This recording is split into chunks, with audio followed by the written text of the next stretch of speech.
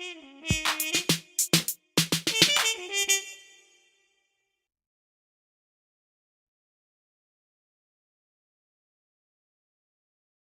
evening, America.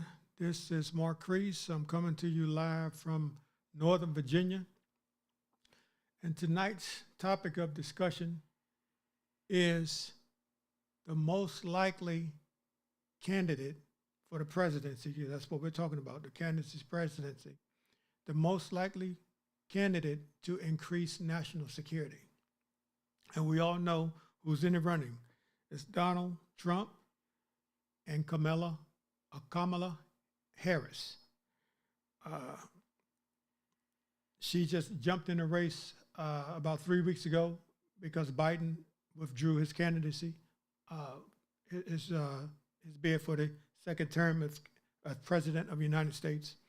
So about 3 weeks ago, hey, she was forced to throw her name in the hat, and hey, she's the vice president, second in charge. So she stepped up to bet, and she's running for presidency. But the candidates, I mean, everybody have a background. Everybody have a past history. But we do have a track record of, President Trump. He was the president in 2016 to 2020. And whether you like him or not, he had the economy popping. He had the economy rocking and rolling. And I know for myself, I can speak for myself, as a taxpaying citizen, my dollar stretched way further than it does now. So it's all about money. I mean, we're on planet Earth, we're in the universe, and I hate to say it, everything boils down to the dollar bill. Everything. So tonight's topic of discussion, the most likely to increase national security. As a veteran who served in the military for 20 years, everything emanates from national security. The economy, especially the economy. I mean, I'm going to give you an example. Some of the biggest, largest companies on planet Earth deal with the military and have ginormous contracts that made them wealthier than their wildest dreams. And the biggest one today is Amazon.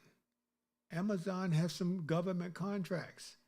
Yes, Amazon gets, people like me, the millions of people who buy into Amazon Prime, $14.99 a month to get fast shipping and get deals on prices and products. The bottom line is it didn't start with just little old people like me and the millions of people. He had contracts with the government and still has some contracts today. And he's the largest, one of the largest companies on planet Earth, Amazon. So Tesla, Amazon, just off the top of my head to name a few, but there's a lot of big companies that you don't even know about that deal with the government. And when they deal with the government, I call the government Uncle Sugar. So when you hear me say Uncle Sugar, that's like Uncle Sam. But that term comes from the Vietnam vets, those old Vietnam vets back in the day. And I salute them because without them, the veterans today wouldn't have nowhere near the benefits we have today. So when you're dealing with Uncle Sugar on a government basis, as far as contracts, I'm talking about it's some huge contracts, billions of dollars. And they can go from munitions to tanks to airplanes to jets, all the way down to condoms. The government deals in all types of commodities and products for service members. So it sounds crazy, but Uncle Sugar is your biggest consumer. He's your biggest customer. It's not the individual person. It is Uncle Sugar. So that's the secret sauce to getting billions and becoming multi-billionaires, is to deal with Uncle Sugar on a contractual basis. But with that said, national security. Increase in national security is a must. Anybody who's been in the military knows when you take ground, the first thing you do is secure the ground. You secure that area of operation. So if you can't secure something, you can't establish anything. So security is critical. That's critical mass, as we would say. But I'm gonna run through some things real fast about the presidency, the candidates running for presidency. I'm gonna go through some of Trump's promises. And Donald Trump's 20 core promises explained. And these promises are pretty good. I ran through them earlier today. The first one, number one, is strengthening border controls. If we have tens of millions of people, which we do, walking across the border, instantly becoming recipients of our tax dollars, meaning dental, healthcare, EBT, but food, all type of medical assistance, subsistence, and housing. They have everything from the start. So if someone can walk over across the border, the southern border is the one. That's the culprit. It's the southern border between the countries, United States and Mexico. You have millions, literally millions of people walking across every month, reaping the benefits of our tax dollars. And they're here illegally, haven't worked a day in the country to pay taxes at all. Now, I must admit, the immigrants, the migrants that's coming across, some of them, I can't attest to all of them, but they're known to be good workers. So all of them are not criminals. They're known to be good workers. But if they're coming across the border and working for peanuts on the dollar, that's going to make people like you and I, salaries go down, because it's all about the dollar bill. Maximum products, maximum productivity for minimum overhead, low to no overhead. So you got to pay the people. But if you're paying them peanuts on the dollar versus paying them what the average wage is now, what, $10 or $15 in some places, California trying to push for $20. But if you are working at an hourly rate here, and the migrants are coming down and they're pushing the wages down because they're happy to be here. They're here illegally. So they'll work for peanuts on the dollar. That's going to push the dollar, that's going to push all wages down and bump us out. And when I say us, the average American citizen. The average American citizen, it's going to push them out of the workforce, because they're not going to be wanting to work knowing they got to pay dental, health insurance, life insurance, car insurance, rent, food, clothes, water bill, electric bill. No, we need real salaries. So the first one on his list is strengthen border controls. That is number one on his list. Number two, as you see, launch major deportation initiatives. So now that those millions and millions and millions of people have come across our border illegally, reaping our tax dollar benefit and working for peanuts on the dollar, if Trump gets elected, his second initiative, these are I assume these are prioritized. His second initiative, not just after the first one, is to secure the border. His second one is to deportation of all to make it the largest deportation campaign in the history of the United States. So undertake an extensive deportation campaign. So he wants to get all of them out. He don't want them no more to come in, and he wants to get them all out. So that's his second. His third initiative is address inflation. So right now, as an ex-vet, as a veteran, ex-military guy, as a veteran, as I'm looking at this list, it all ties into national security. It sounds crazy, but it all ties into national security because it's all interconnected. Trust me. The first thing I said is everything boils down to the dollar bill. So if everything boils down to the dollar bill, security, deportation, and inflation is all wrapped into national security. Trust me. Well, his third one addressed inflation. As we know, by the time Trump left office, I know for my own case, because I'm a finance guy, I know how to budget money well. I know how to spend less than I consume. If you spend less than you consume, you'll be pretty good, no matter how much money you make. It's all about intake, cash flow in, cash flow out. It's just like eating. If I'm a glutton and I eat too much and not work out, I expand. My waistline will expand. So it's the same thing in the finance world. Cash flow in, cash flow out. Well, anyway, from the time he left in 2020 to now, I already know my dollar doesn't stretch as long as it used to in just those little almost 4 years.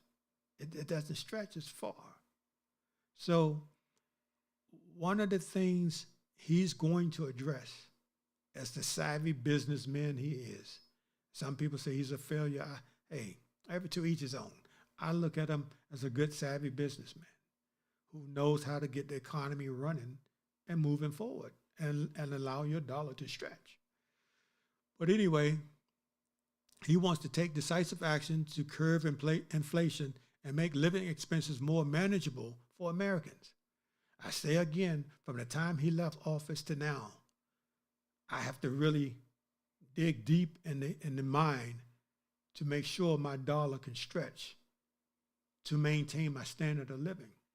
And I don't live a Lou Cullen lifestyle. I don't live a ghetto fabulous life. I live a pretty meager life. But groceries and rent, electric bill, phone bill, all the insurances, life insurance, health insurance, dental insurance, that stuff adds up quick and your dollar gets shorter and shorter and shorter. Not to mention the taxes you got to pay before you pay yourself or your bills. So it is serious stuff here.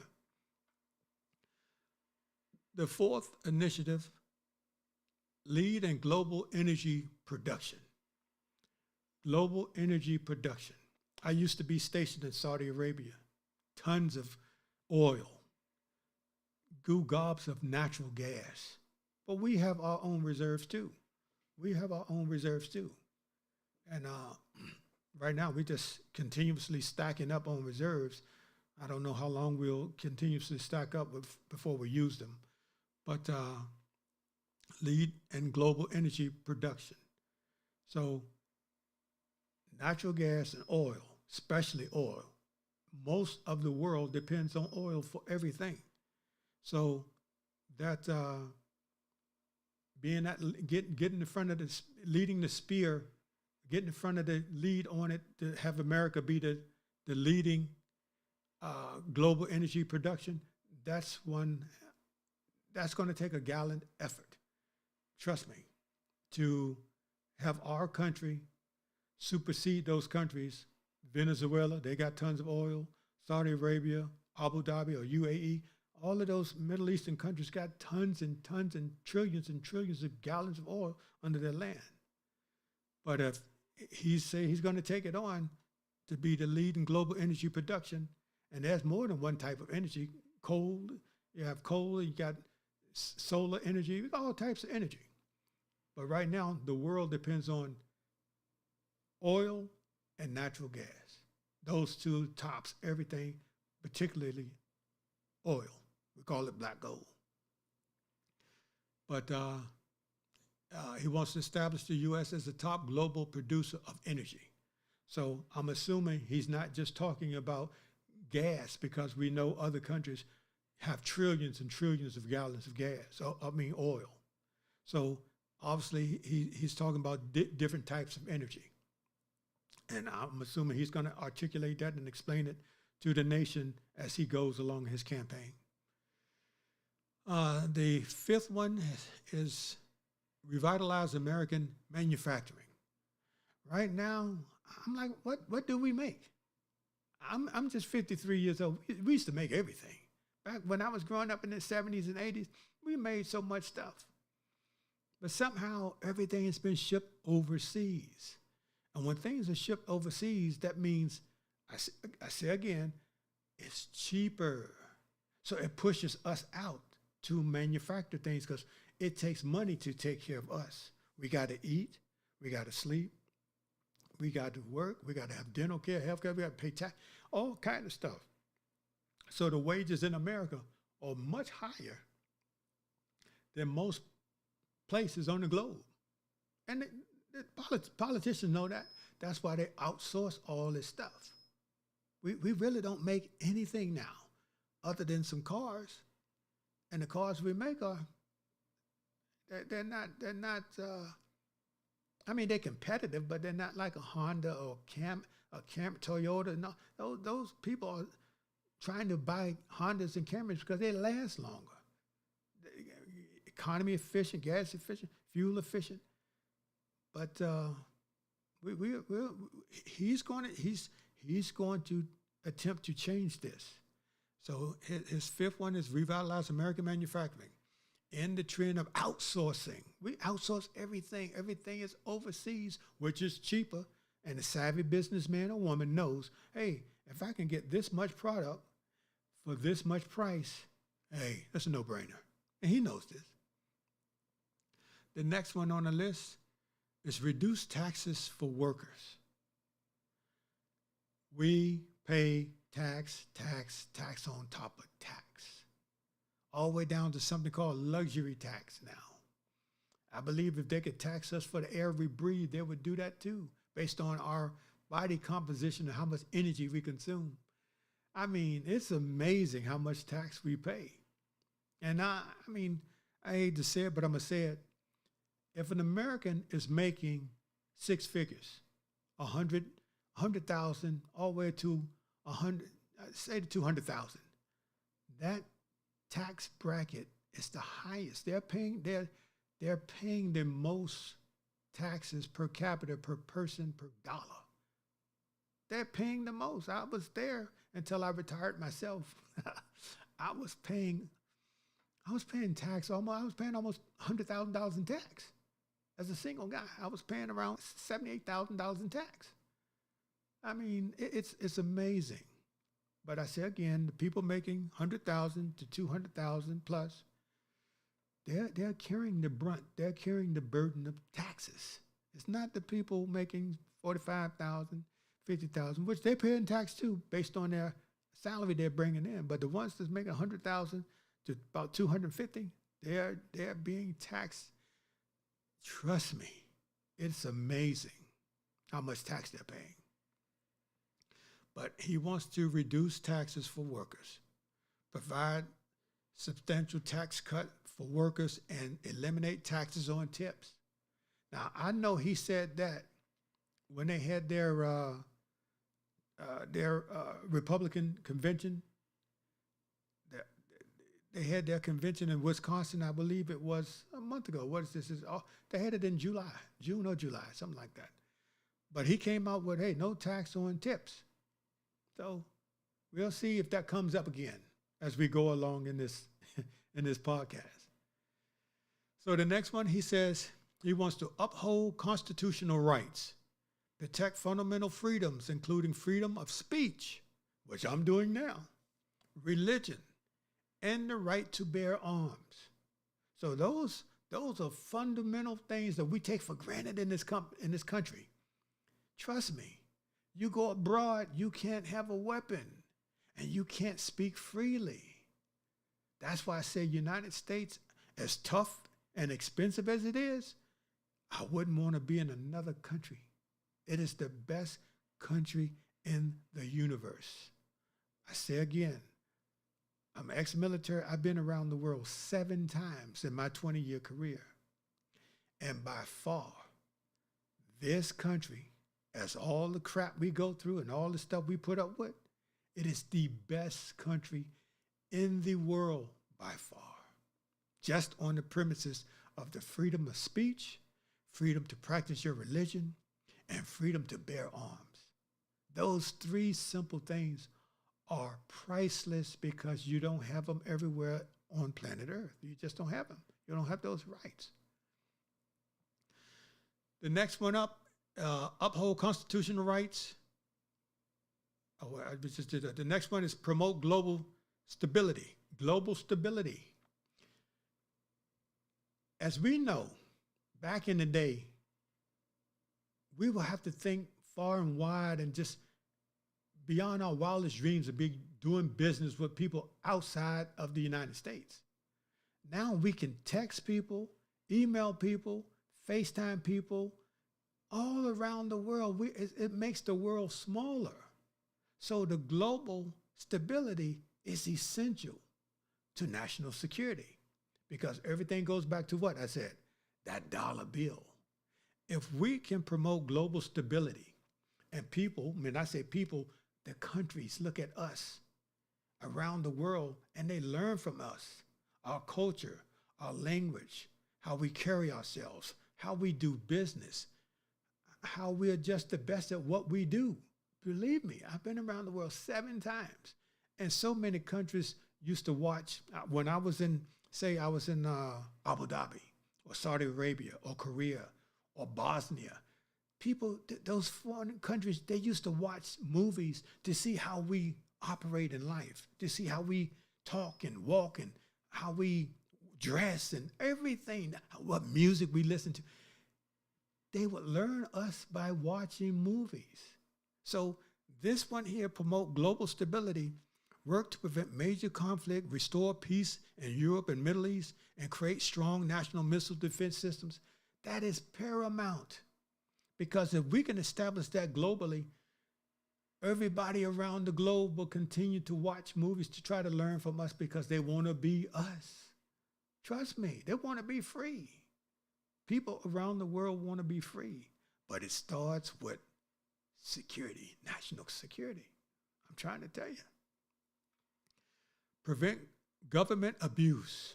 As an ex-finance officer in the Army, this is serious stuff here, to prevent government abuse.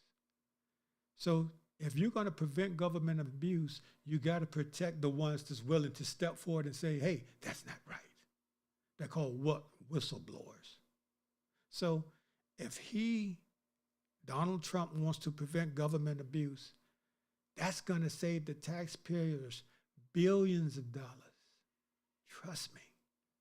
It sounds crazy, but we're going to get in some numbers too tonight. That little prevent government abuse is going to save billions with a B of dollars. In misuse of governmental power against citizens. So those things are critical, and he has 20 of them. The next one is combat crime, drug trafficking. Crime and drug trafficking. I know I went to a class in Wright-Patterson Air Force Base. They said the top 3 money-producing things on the planet Earth and the whole universe was weapons, drugs, and sex. Those 3 things generate so much money you wouldn't believe it. You just wouldn't believe it. Weapons, drugs, and sex. But anyway, he wants to combat crime, crime and drug trafficking. He wants to tackle crime, dismantle drug cartels, and address gang violence while focusing on holding violent offenders accountable. If he can hold violent offenders accountable, that's going to deter people from wanting to commit crimes. That's going to deter a lot of people from wanting to commit crimes. So in addressing inflation, if people can get jobs to keep up with inflation, that's going to want to make them not want to commit a crime because they got money to take care of their lifestyle. So you see how all of this stuff is connected, and it all boils down to national security. So you got to understand national. What are you talking about? National security. People think national security. They think Army, Navy, Air Force, Marines going around to other countries. Yes, that's part of it. But the bottom line is everything boils down to that dollar bill. So national security, everything emanates from that. On this earth, everything emanates from national security. So if you do not have national security and have good order and discipline in your ranks in the military, so those men and women can go out and execute a mission with the training and weapons they have and the money and the support, it's going to take a toll on national security. Trust me, it's all interconnected. Trust me. So the next one, revamp urban areas. Oh man. Rebuild and beautify cities, including Washington, D.C., and enhance safety and livability. As I say again, I'm a veteran. I go to the VA. I have a nickname for everything. When you hear me say Uncle Sugar, that's the federal government. When you hear me say I go to the zoo, I get my health care at the zoo, that's the VA. The VA takes great care of me. The zoo is the best. To me, it's the best health care out there. Yes, they get a bad rap because there's a lot of, 20 million veterans. And I would say about a quarter of those veterans don't have an address, don't have a home address. If they had a home address, they could get all the care that I get. But they don't have a home address. They don't have a residence. So you see them living in pup tents, living in shelters, and living in tents on the street.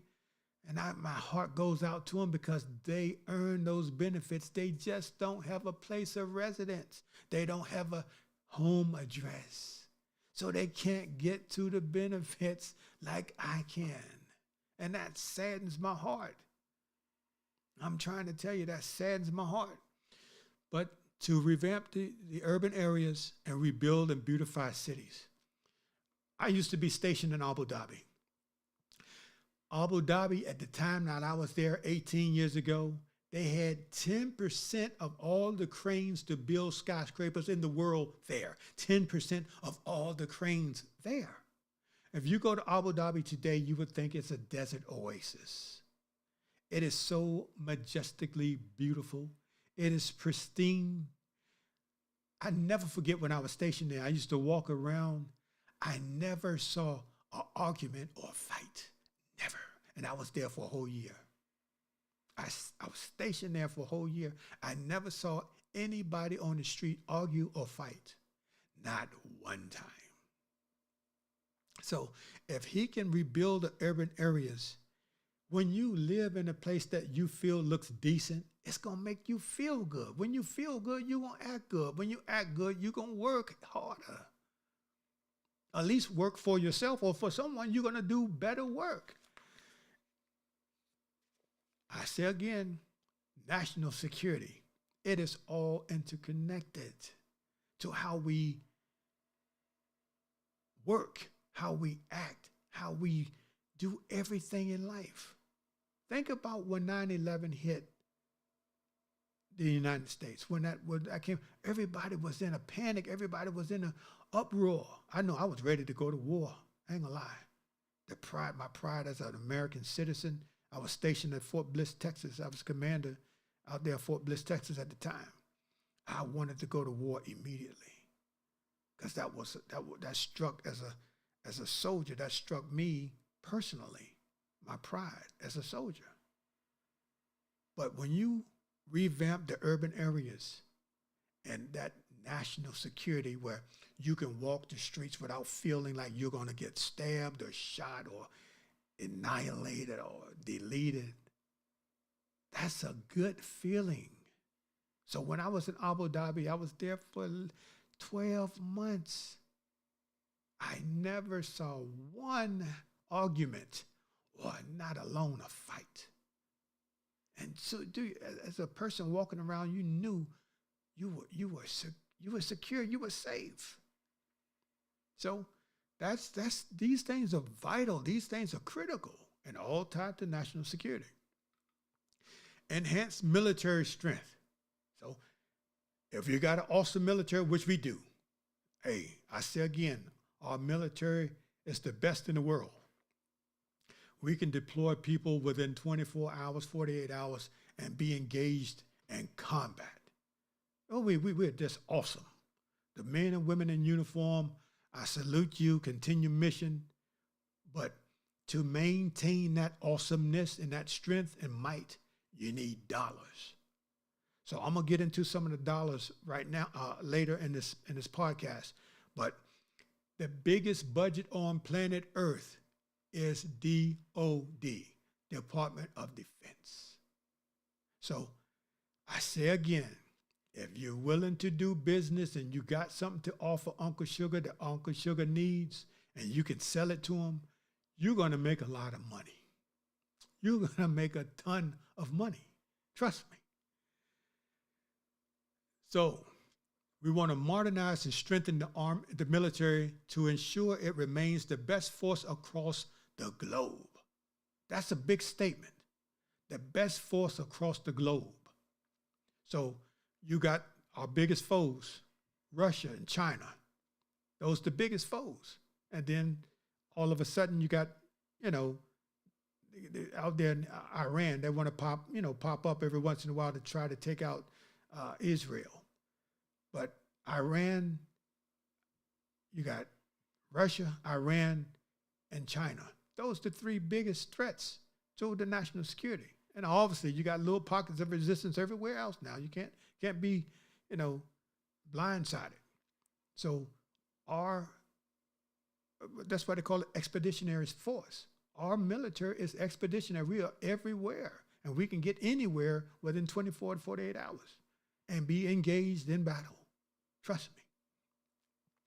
So strengthening that army and enhancing military strength, that's paramount to national security. Because I say again, it's all interconnected. Preserve the U.S. dollar status. That is paramount because there's something called BRICS. BRICS is 5 countries, I believe, is Brazil, Russia, India, China, I want to say in Kuwait, but it's 5 countries. I should Google it. I can Google it real fast, but I know it's 5 countries that's in BRICS. And they want to take out the dollar. They want to be the main, that's why you got preserve the US dollar status. The US dollar is the status around the world. Everybody wants that dollar bill. The US dollar bill. Everybody wants it. But yeah, you got an organization called BRICS that's out there trying to topple the US dollar. So, hey, national security, I say again, it all boils down to that dollar bill. If that dollar bill is weak, the soldiers are weak, hey, that's some serious stuff there. So he wants to maintain the US dollar as the world's primary reserve currency. That's a powerful statement. Because I say again, you got forces out there trying to knock that dollar off to become their own primary reserve currency. So they're binding together to try to take out Uncle Sugar's dollar bill. So this stuff is serious stuff now. So I already know by me going down this list, he sat down with someone other than himself, a good, group of people to say, hey, we need 20 promises. We need 20 things to focus on in the next 4 years if he should get elected. And right now, as an ex-soldier, as a veteran, these things are, I'm like, wow, this is good stuff. All right, protect Social Security and Medicare. Listen, man, my mother is 83 years old.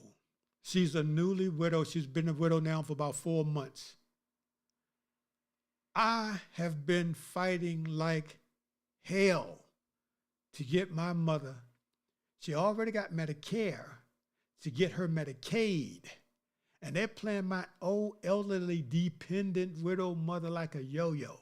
They're giving it to her, they're taking it away. They're giving it to her, they're taking it away. I'm like, listen, can y'all treat her like an immigrant? Because the immigrants got more than she's ever had. And she put in 42 years of hard labor. I said, can y'all treat my mother like an immigrant? Because right now this is pissing me off. But they're eventually pulling their heads out the 4 point of contact to understand that the old widow geriatric stage senior citizen has earned the right to get these benefits. She's earned it. She's put in, between her and her late husband, they worked 112 years. 112 years. And I've been fighting like hell to try to get her the benefits that she deserves. I mean, it's amazing. I've been putting in so much time, back and forth, back and forth, back and forth. It is amazing. So I say again, these things that I'm running off, if President Trump gets elected, I'm going to be watching and just checking these things off if he accomplishes them. Because right now, they will make the average citizen life that much better, because in the case of my elderly mother, that national security makes her secure that she get the benefits she paid into. As all I say again, everything boils down to national security. That's a form of security, knowing that you gave up all your youth and worked 42 years and put in your money. And now when it's time to get your money because you're in a stage of life where you need it. You need it. Oh, you got to go. You got to do this. You got to do this. It's like going through the jungle. It's like going through the jungle to get to the other side. I'm like, come on, man. My mother is dependent. She can barely walk. So hopefully somebody out there big can hear this and put 2 and 2 together and say, hey, man, this doesn't pass the Billy Bob test. When millions of people can walk across the border and get what Ms. Hicks can't get, and she put in 42 years. Between her and her late husband, 112 years of working. 112 years. That's crazy. But those are facts. Those are facts. So hopefully somebody's listening tonight, and I appreciate the 2 people that's viewing this tonight. Hey, I got to start from somewhere. I always believe in crawling, walking, and running. And right now I'm in the crawl phase. And we're going to walk the dog on this, because these are critical, serious issues that needs to be brought to America's attention, so the little people like myself understand, hey, whether I like him or her or not, they're for me and my family. Because without that dollar bill, you can't take care of yourself or your family. So this stuff is real, man. This stuff is real business here. So safeguard Social Security and Medicare benefits with no reduction or changes to retirement age. They want to move the retirement age to 72 years old. Listen, I don't know about you, but I'm a black man. The average black man, I want to say it's, let me Google this while I'm on the air here. What's the lifespan of a black man?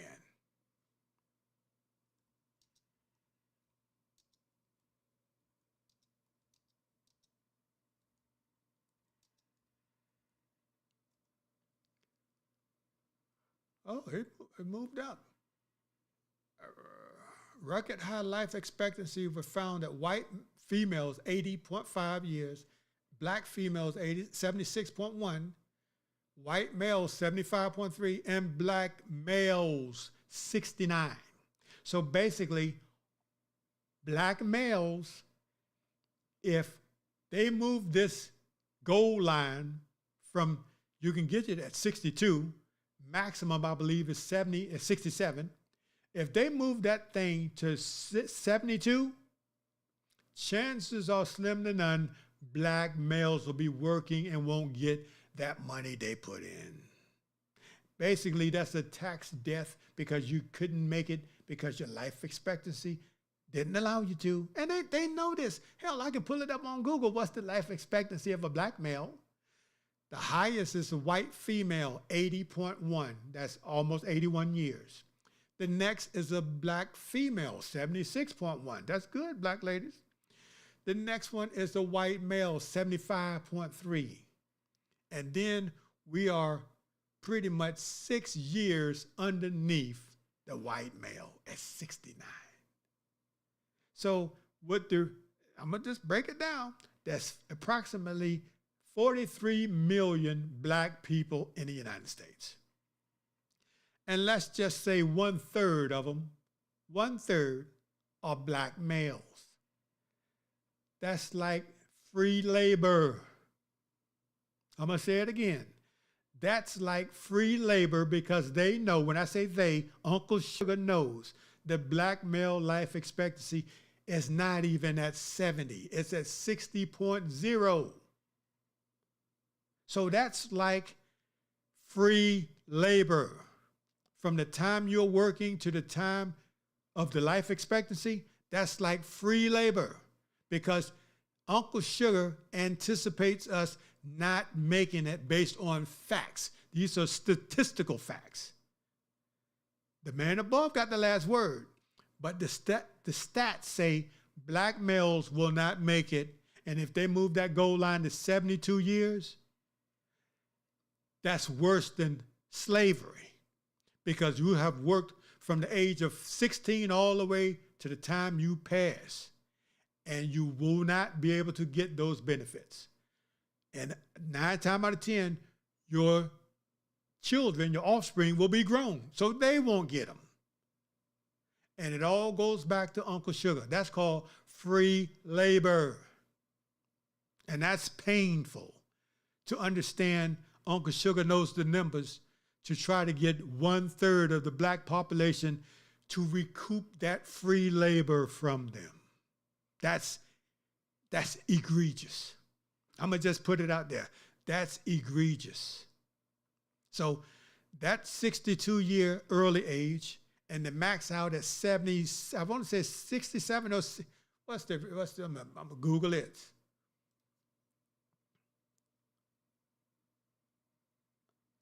Social Security, if I could spell here, Security maximum age.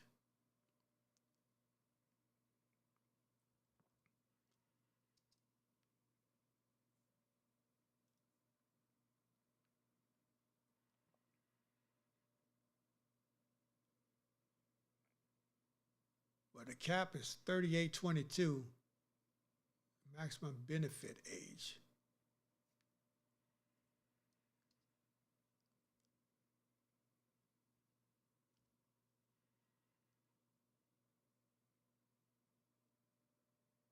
Oh, they're not saying on this.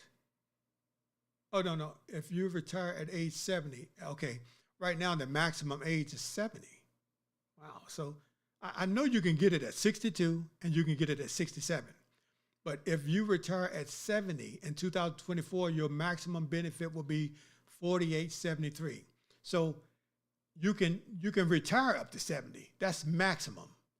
But most people say, hey, I'll pull the plug at 62. Some might say 65, some at 66, 67.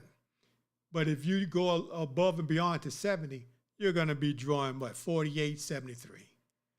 But I say again, the average black man, his life expectancy is just 69. 69. So I say again, that's like free labor, knowing that a whole 1/3 of a population life expectancy is at 69. So that's like free labor based on stats. Based on statistics alone, when I say they, Uncle Sugar is fixing to gain billions of dollars. Think about this, billions of dollars, all because they set the bar or moving the bar beyond the life expectancy of a population of a people. That's rough. That's rough. So I'm gonna continue. So his next one is reconsider vehicle regulations. He wants to cancel the electric vehicle mandate and reduce unnecessary regulation burdens. So this is my thing. I like gas vehicles. I called my truck, I said again, I got nicknames for everything. I called my truck Fat Boy. Fat Boy is 21 years old. I just went from here to Newport News, Virginia. I had to go to a funeral yesterday, young black man, passed away. He was just 51 years old. 51. So all that labor goes right back to Uncle Sugar because his kid's grown. So all of this is free labor. This is worse than slavery, man. So anyway, I drove Fat Boy from here to Newport News and back. That's 248 miles. Fat Boy, 21 years old, operates on petrol, on gasoline. I will not get rid of Fat Boy. It will have to explode before I get rid of him. I love Fat Boy. Fat Boy takes care of me. I take care of Fat Boy. The bottom line is, I don't want to have to be forced to say, I got to give up Fat Boy to an electric car. Trump is coming in to say, hey, I want Americans to have options here. This is the land of the free. I say again, when you have options, that means you have security. Security allows people to exercise their freedoms. So if I have Fat Boy and I love pumping Fat Boy up with gas, it takes right now $130 to fill Fat Boy up, but hey, I'm willing, I pay the cost to be the boss. I'm gonna stick with Fat Boy. But the bottom line is, I don't want to be forced to say, hey, you got to get rid of Fat Boy and get an electric vehicle. No.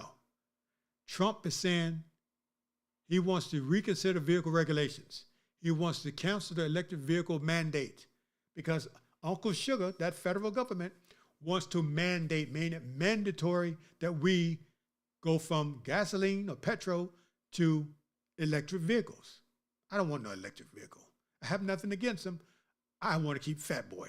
Fat Boy is my vehicle of choice. The next one, he wants to limit federal funding for controversial content. Cut federal funding for schools that teach divisive or inappropriate content. That includes radical gender ideology, along with other inappropriate content on children. And listen, man, I say again, I am not old. I sound old, but I'm not old and crusty. I'm just 53. I remember growing up, going to school, learning my ABCs, 1 through 3, shape, sizes, and colors, mathematics, phonics. The most provocative thing we learned was when we got to like 8th, 9th grade, we learned about, puberty. You're developing to a young man, the women developing to young women. You go to gym class and health class, you learn about the body. That was the most provocative thing. Now these kids got so much stuff they gotta, it's not even right. They're pumping and pushing things on kids shouldn't even be thinking about. Not alone, they gotta worry about how they're developing as a young man or woman.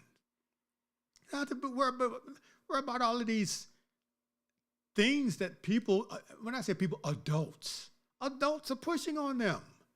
This is utterly ridiculous. Let the kids be kids. I used to tell my daughter all the time, baby, you're 10 years old. Enjoy. You'll never be 10 again. Now she's 21. She can't go back. She can only go forward. So enjoy. Let the kids enjoy their life. Let the kids be kids. Stop pressing and pushing adult content on the kids and thinking it's education. That's garbage. That's garbage. Well, the next one. And see, this is really a national security thing because if you're teaching the kids be something that they're not, how can you support and defend? I know my brother was a drill sergeant, and he has a drill sergeant patch, and on that patch, it says, "This will defend." That was something the drill sergeant was stand proud and stand upright and erect and be proud to wear that brown cap, that brown hat, and stand with that "this will defend" patch on their chest. If you're teaching this type of stuff, this is what I'm trying to tell you, ladies and gentlemen. All of this ties to national security. I'm going to be walking the dog on all of these things. We got a couple of months before November 11th. But this stuff is critical because if you're teaching the young men and women to be something that they're not, water, and I'm going to get into this in another podcast, but water is making young boys weak. They had a test in California where the frog was in some type of water and the male frog turned into a female frog. I'm like, hey guys, this will impact national security, whether you believe it or not. This will impact national security tremendously. So you want boys to be boys and girls to be girls. Hey, it is what it is. And to say the word boy or man, that's like insulting people these days. That's ridiculous. I'm proud to be a man. I'm proud to be a black man. I'm proud to be a black American man. What's wrong about this? This is who I am. Well, if he can cut funding, federal funding for schools that are teaching this divisive stuff, hey, kudos to him, because my tax dollars, your tax dollars, shouldn't be going to split kids up, to make them think there's something that they're not. It's hard enough growing up in adolescence with zits and all of this stuff that's happening to your body as you're growing up. Let the kids be kids. Stop pushing your agendas on the kids. They're innocent beings. Let them enjoy their innocence while they have it. The next one is ensure fair competition in sports. Keep men out of women's sports to ensure fair competition. Now, I'm all for women's sports. I'm all for men's sports. But to have a man and a woman boxing each other, fighting each other, wrestling each other, trying to play football together, no. No. I don't even like arguing with a woman. She zaps my energy. She wins. So I refrain from it. I refrain from arguing with a woman. Not alone fisticuffs. That's crazy. Men, enjoy your sports. Women, enjoy your sports and dominate them like you're doing. And congratulations to Simone Biles, the greatest tumbler, the greatest acrobat, the greatest gymnast the world has ever seen. She is awesome. I call her a tower full of power. But the next one, address extremist views on campuses. I say again, my daughter's in college now. She's a senior. I don't want my daughter, and I thank God I raised my daughter now. I raised her right. So she's grown now. She can go either way she wants, but I taught her right. So if she gets off the beaten path, she knows how to come back. But the bottom line is this: remove pro-Hamas terrorists from colleges and restore a safe, patriotic environment. Right now, this is what I see. I see young black women going to college I see young black women, and I hope my daughter doesn't fall in this category, but I see young black women going to college trying to figure out they don't need a man, but young white women going to college to find her husband.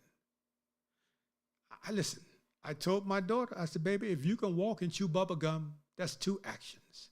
That means you can go to school, keep your heart open for somebody to find you.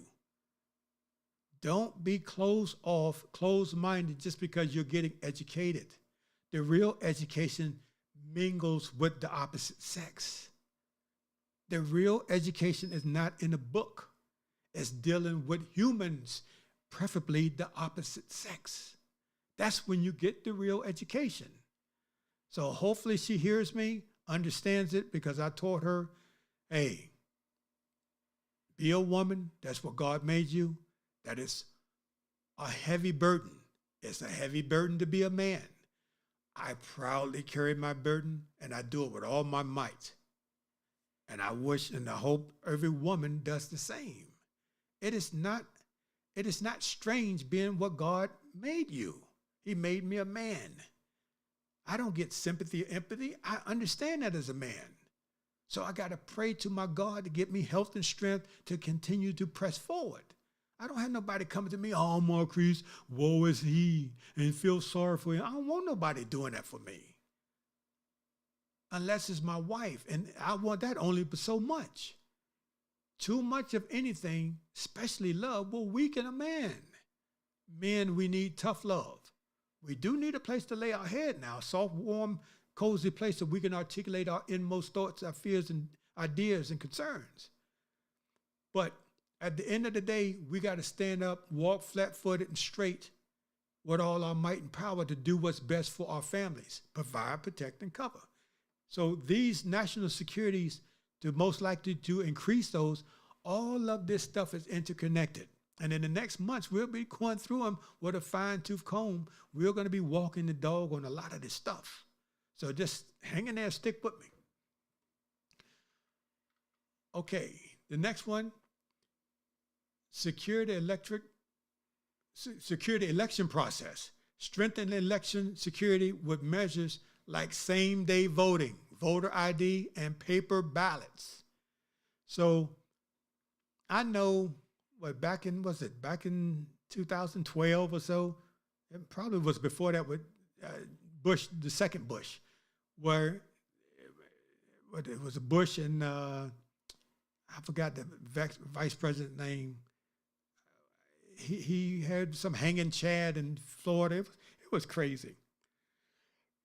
But the president wants to secure the election process in the entire world and the whole universe.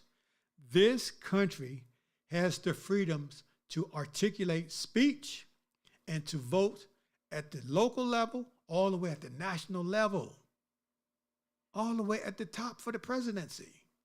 So we can choose our city councilman, local city councilman or woman, all the way up to the presidency. We got to protect that, because if we don't protect it, other countries going to say, hey, they're doing it wrong, we can too. And everybody becomes dictators. You don't want a world of dictators. You want a world of citizens voting him or her in office based on their own volition about how that candidate is going to take care of them and their families. It's a personal thing. Like everybody, hopefully everybody have a personal relationship with Christ. Going to that ballot box and casting your vote, that's a personal thing. Whether you're going to tell somebody who you vote for or not, that's up to you. Me and my relationship with Christ, I don't tell nobody about it. Everybody know I believe him, but they don't know the relationship I have. So when I go in that ballot box and vote, that's between me and my maker, who I vote for. So I'm going to tell you the things what Trump is doing. I'm going to tell you the things what Kamala is doing. And we'll go over those things too. I'm just shedding light and spreading facts. That's it. Everybody got to make their own decision. You got to pick your poison, period. The next one and the last one, achieve national success. Unite the country and drive new levels of success and progress. We listen, man. I'm in a neighborhood. I know my neighbors. Matter of fact, one of my neighbors, she said they're having a baby girl. So I definitely believe in loving thy neighbor like you love yourself. So I already know I'm going to do something for my neighbor when they have their first child. Little baby girl is coming in October. So they don't understand it, but hey, I believe that. I believe that with all my heart. Love thy neighbor like you love yourself. So they already know I'm going to do something amazing for them. This to be their first child coming to earth, and they're a pretty good young couple. But achieve national success. Unite the country and drive new levels of success and progress. United we stand. divided we fall. That's all I got to say. United we stand, divided we are falling. And right now, I'm going to be honest. It has gotten so bad in our country, there's not just black and white issues no more. There are issues between man and woman. There are issues between man and woman getting together. And it saddens my heart because the only time they get together is to copulate, to possibly procreate, and 9 times out of 10, they don't want to procreate, they just want to get together. I believe in families, and I believe Trump believes in families. The family is the bedrock of all of this. National security starts with one family. If all the families in the United States were galvanized and loved each other and treated each other with dignity and respect, we wouldn't even be having this conversation about achieving national success. Because everybody would be galvanized together in families, with families in mind, living the family life. Right now, it is sad. It is quite sad. But the families are being attacked. And me, as a finance guy, we use the system called, when I was stationed in Iraq, we used this weapon system called using money as a weapon. And I see the same system being used to keep man and woman apart in my own country. And it saddens my heart because I never would thought in a million years that our mighty dollar bill would be used as a weapon to keep man and woman at odds. So that's not a black and white thing back in the day, like in the 70s and 80s. It was black and white. It still exists. Don't get me wrong. It still exists. But the more dominant war now is the war between sexes, man and woman. And I'm going to talk about this a little bit later, not in this podcast, but later, about using money as a weapon. Because when you use money as a weapon, that weapon's going to win. I know no weapon formed against me shall prosper. But this is dollar bills, fake money, fiat money. And people believe that dollar bill more than they believe Christ. And on that dollar bill, it's on there, and in God we trust. But they believe in that dollar bill. So I say again, on this planet, in this universe, everything, not some things, everything boils down to that dollar bill, that almighty dollar. Well, I'm going to go and look into Kamala's policies. And Ms. Harris' policies, she wants to, because she hasn't formally come out with anything yet, but she's going to come out because their convention is on Sunday, the 19th. National protection for productive freedom. National protections for, listen, I wore these boots for 20 years in the military. So I'm all about freedom. Freedom of speech, expression, decisions, everything within the confines of the law. As long as you're not breaking the law, it's fine with me. I don't care. But her national, this one right here, now I say again, she hasn't formally come out with anything. But right here, the top one that I see when I pull up Kamala's promises to candidacy, her promises to America for the presidency, national protection for reproductive freedoms. I'm the youngest of 11. My mother and father had 11 children. They took care of them. They took care of us, taught us so much. They didn't have a lot of money. They had no education. So everything came from nothing, and they made it. When I see this policy, and if they make it a law, it's the law. But when I see this policy will stunt the growth of America, because you have a death rate, you have a birth rate. Hopefully the birth rate surpasses the death rate. And right now, they're becoming congruent, meaning equal. If the death rate surpasses the birth rate, national security is at risk. So when I say again, when I see this here as a veteran, I'm thinking holistically. I'm thinking national security, because the power is with who? The people. Without people, there would be no military. There would be no Army, Navy, Air Force, Marine. There would be no government. There would be no country. So when I see this, that's all about stunting the growth, meaning the population of the United States. Now, I understand AI is working in this background. They're trying to get some type of robotic combat troop. I got it. But at the end of the day, we need people. Robots can't feel. They can't do all of the nuances we do. That's what AI is all about, gathering all the little nuances that we do to program it into them. That's a whole nother topic for discussion for later.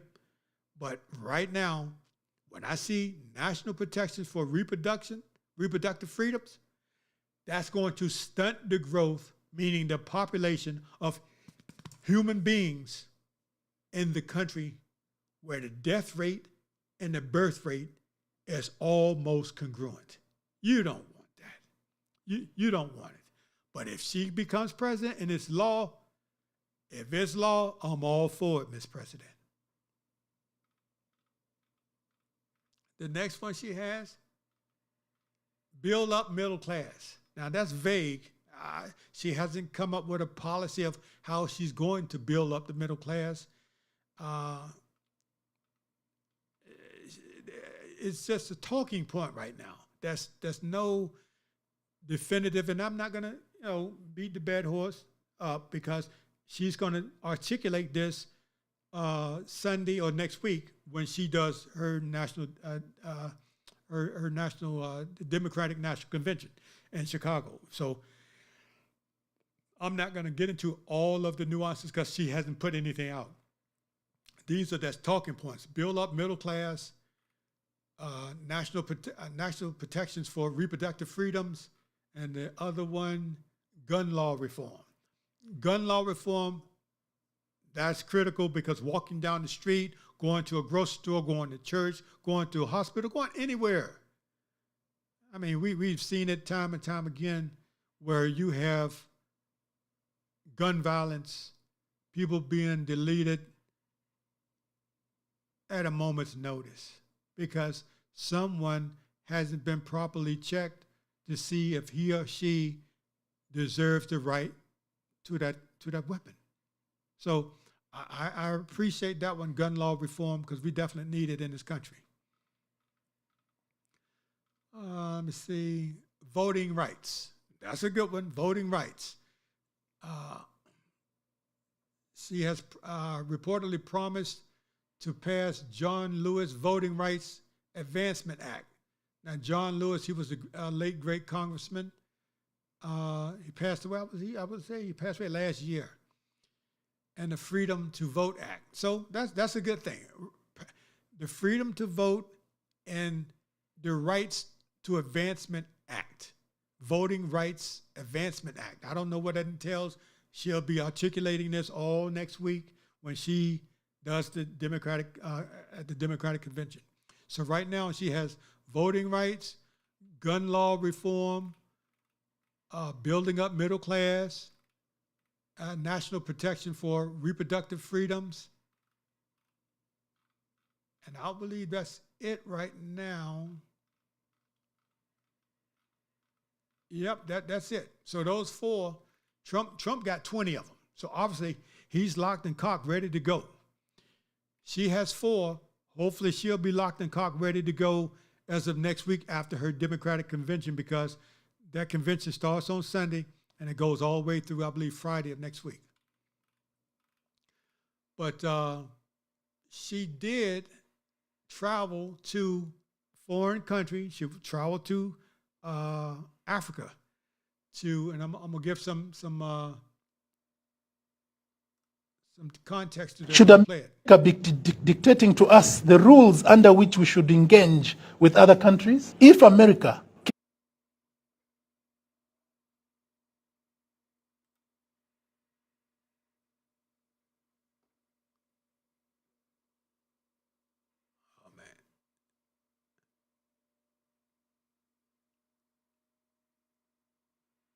It's not.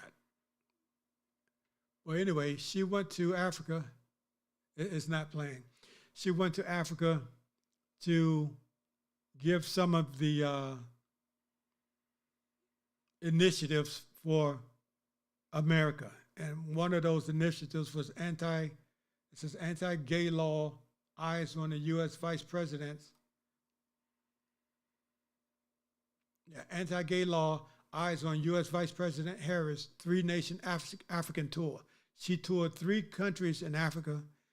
I want to say it's Ghana, Tanzania, and another country. Zambia, I believe. But they didn't want no part of it. They didn't want any part of it. So that initiative that America has wanted to impose on 3 countries in Africa, they didn't want it. They didn't want it. So my thing is this: those countries, whatever laws they have in their countries, to me, this is just me, it's their business.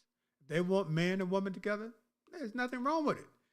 We have the laws we have for man, woman, transgender, LGBT.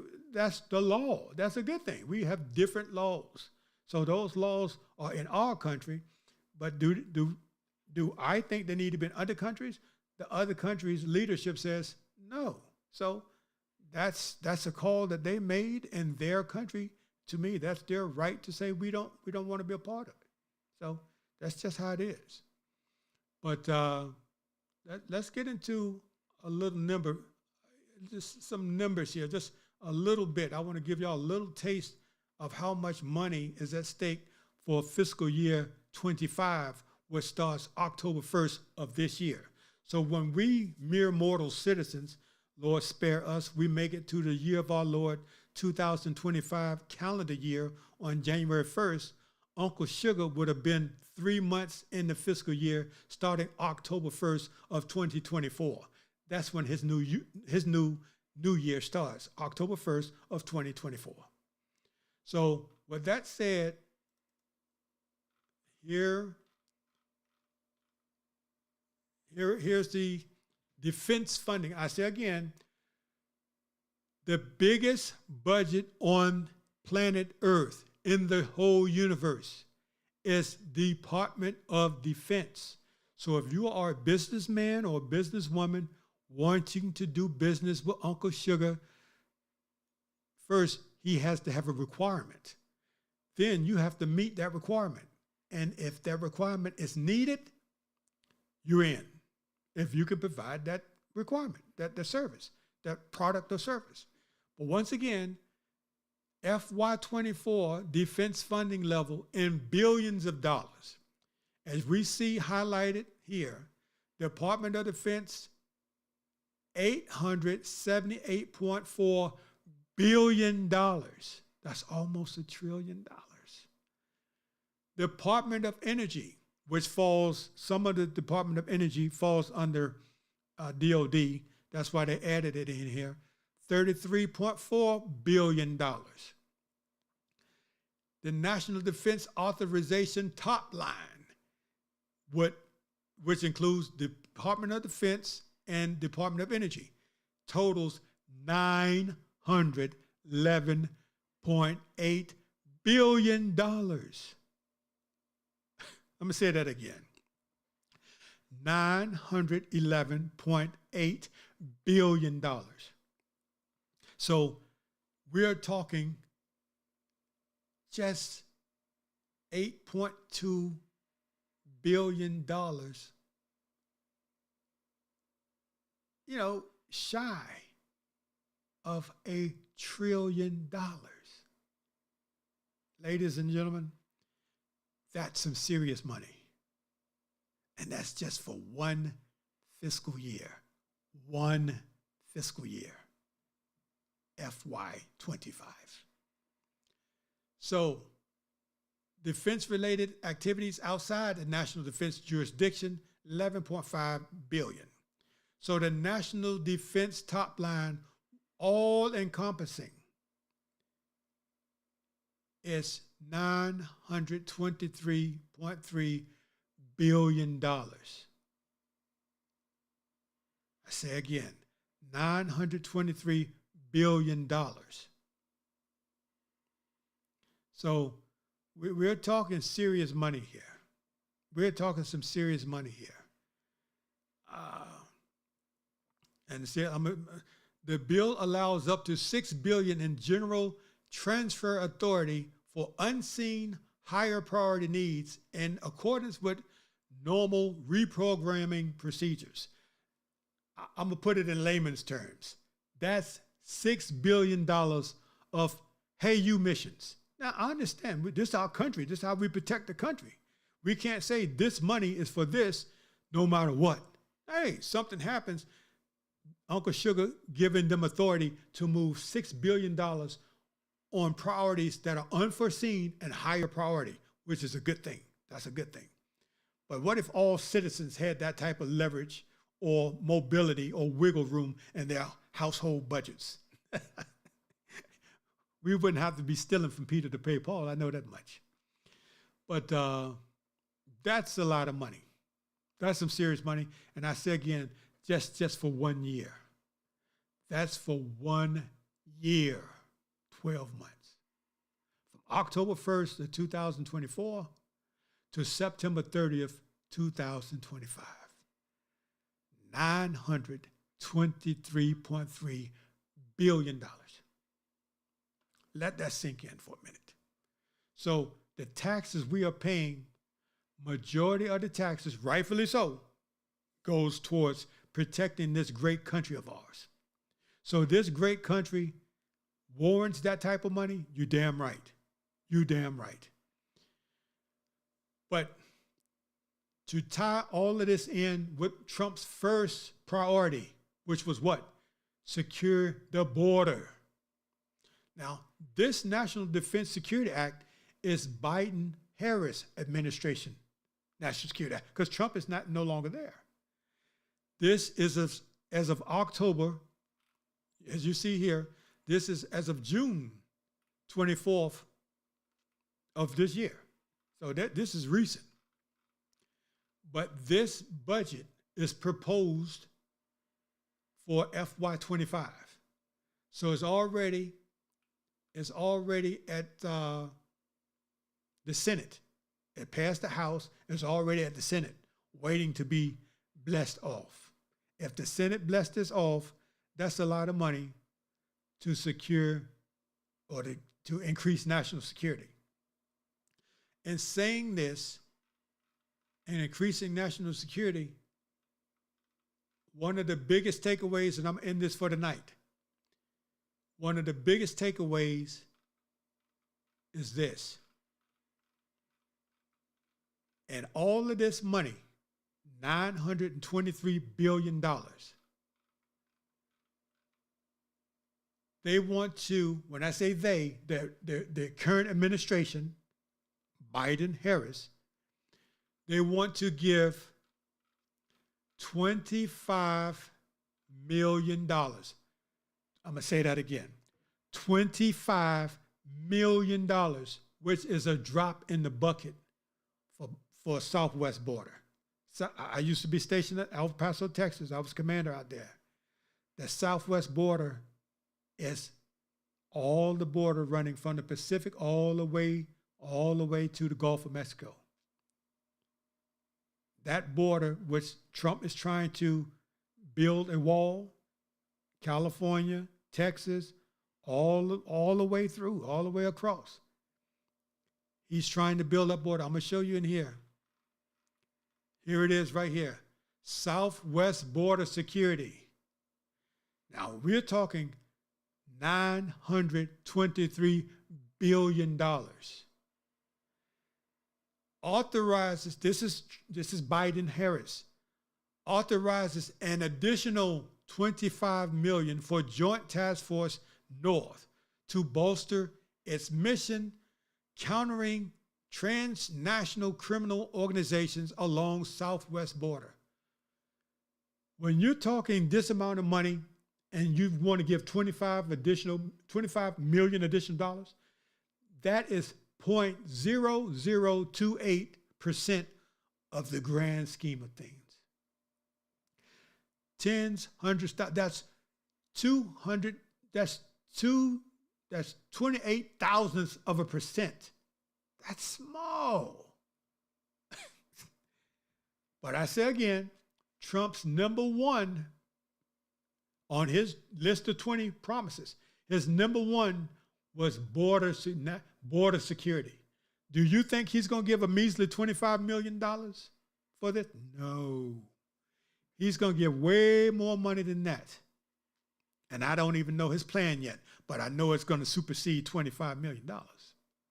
So to increase national security, which everything we do in this country and around the globe is built on national security, all the way down to how we care for and love and work for our families.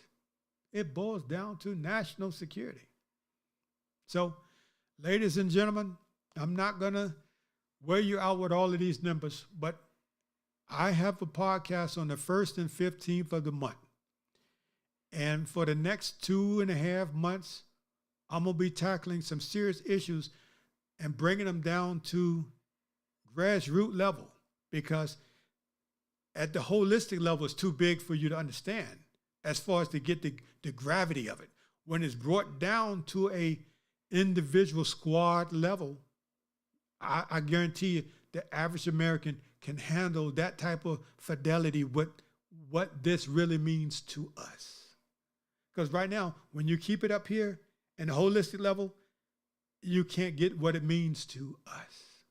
When you bring it down to the dollars and cents, that's when you can get in the nitty gritty and understand, wait a minute, you can't secure a border with just $25 million out of $923 billion. You need more money behind that. You need more money behind it. I know I would put more money behind it. Would you? Well, ladies and gentlemen, tell me what you think about this podcast. Subscribe, like, comment, and I'll be coming to you with more of these issues to enlighten Americans on what our dollars and cents, what our tax dollars are paying for, and what we're getting and what we're not. Because right now, I say again, I've been around the world 7 times, and all of these places I've been, they don't have nowhere near the budgets that we have. But the money is not getting to us. The standard of living is not getting to us. And we're going to tackle those issues. With that said, ladies and gentlemen, you have a great evening, and we'll see you soon.